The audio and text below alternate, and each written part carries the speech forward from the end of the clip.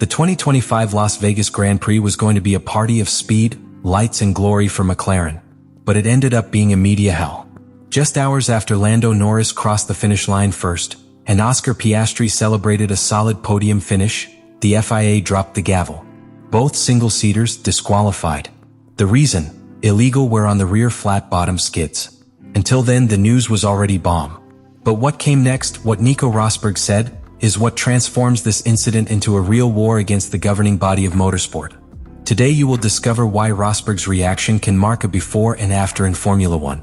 The night of Las Vegas, under the floodlights of an urban circuit full of recent history, became the epicenter of one of the most controversial chapters in the modern technical history of Formula One. Everything seemed to indicate that McLaren was going to consolidate itself as the dominant force of 2025, with Lando Norris crossing the finish line first and Oscar Piastri securing one more podium. But 259 minutes after the checkered flag, the triumphant atmosphere was replaced by a silence of disbelief. The FIA published a brief but devastating statement. Both McLarens were disqualified for violating Article 3.5.9 of the technical regulations. The violation? Were greater than that allowed on the flat-bottom skids, a key piece that, although it seems minor, fulfills an essential function both in aerodynamics and in compliance with the minimum height of the car with respect to the asphalt. According to the rules, the wooden board or titanium skid under the car must have a minimum thickness of 10 millimeters, allowing only 1 millimeter of wear during the entire race. In other words, the car can touch the ground but just barely. If the wear exceeds the original 10%, it is automatically illegal. In the case of McLaren, the figures were precise and alarming. Lando Norris had 8.88 millimeters on the front right side and 8.93 millimeters on the rear.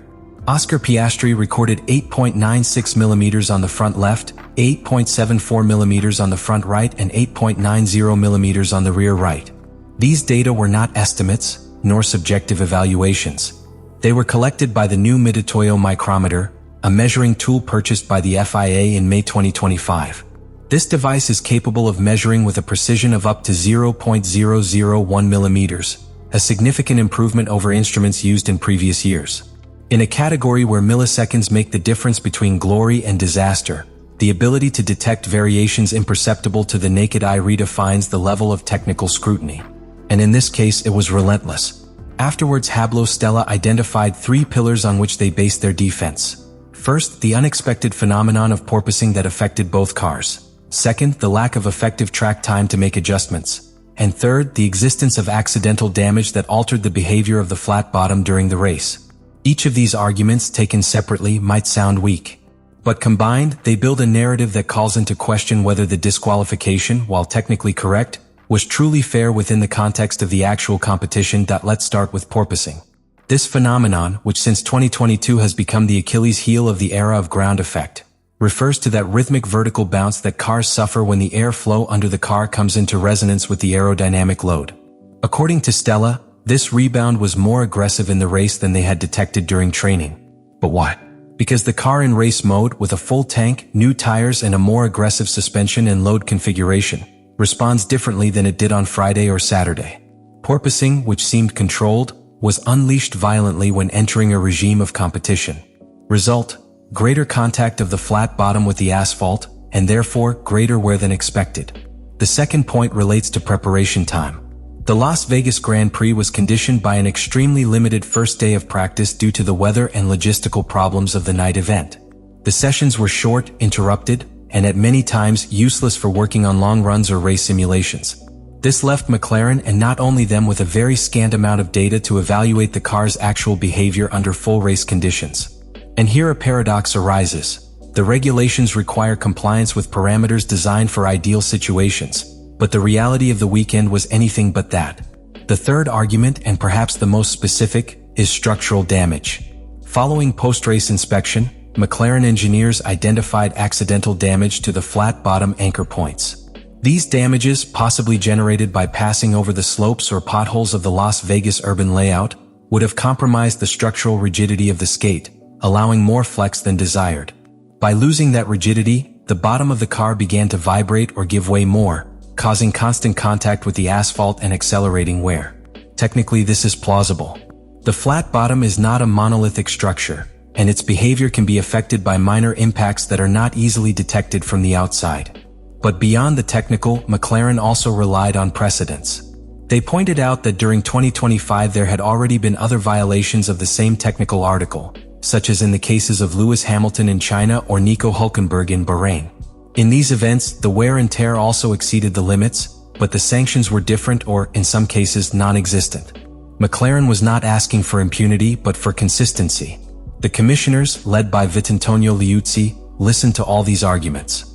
And although they accepted that the violation was not deliberate and that the explanation had a technical basis, their verdict was firm. The rule is clear and leaves no room for interpretation. If the car does not meet the minimum 9 millimeters, regardless of the reason, it must be excluded from the results. There is no extenuating circumstance clause, nor a formula for evaluating intentions. The legality of the car is judged by numbers, not by causes.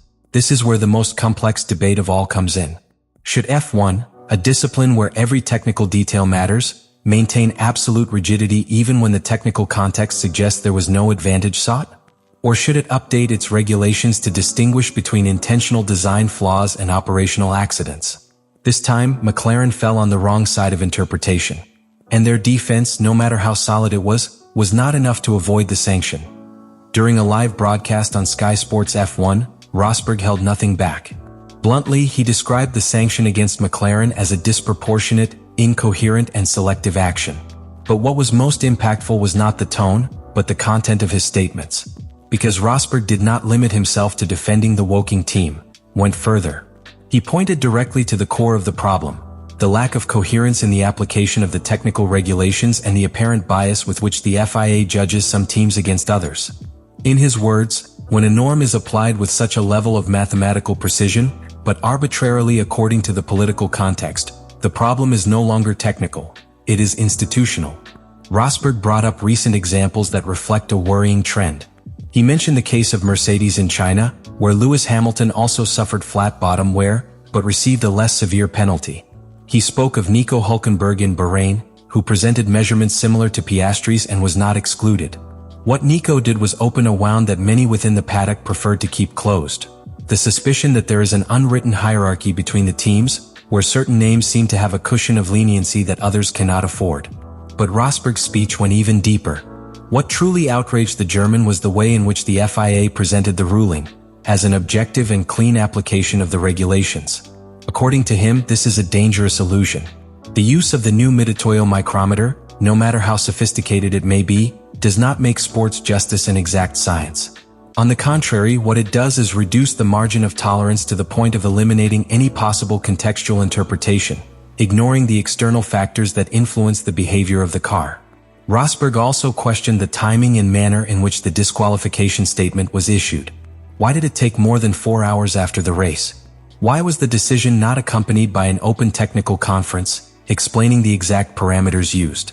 According to the former pilot, this opacity increases the perception of arbitrariness. For him, the FIA is playing a dangerous game, that of applying the regulations as a tool of political control, rather than as a mechanism to guarantee fairness on the track. His words found immediate echo. Several analysts, including former engineers and pilots, began posting their own criticisms of the governing body on social media.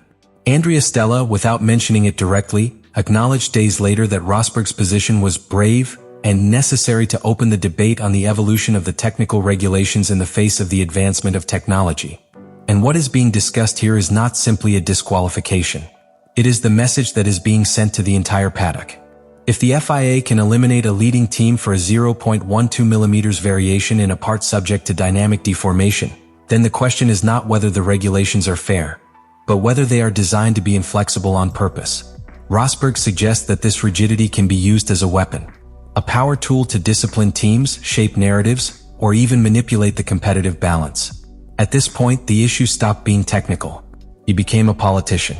Rosberg placed the FIA in the center of the hurricane and indirectly forced them to respond.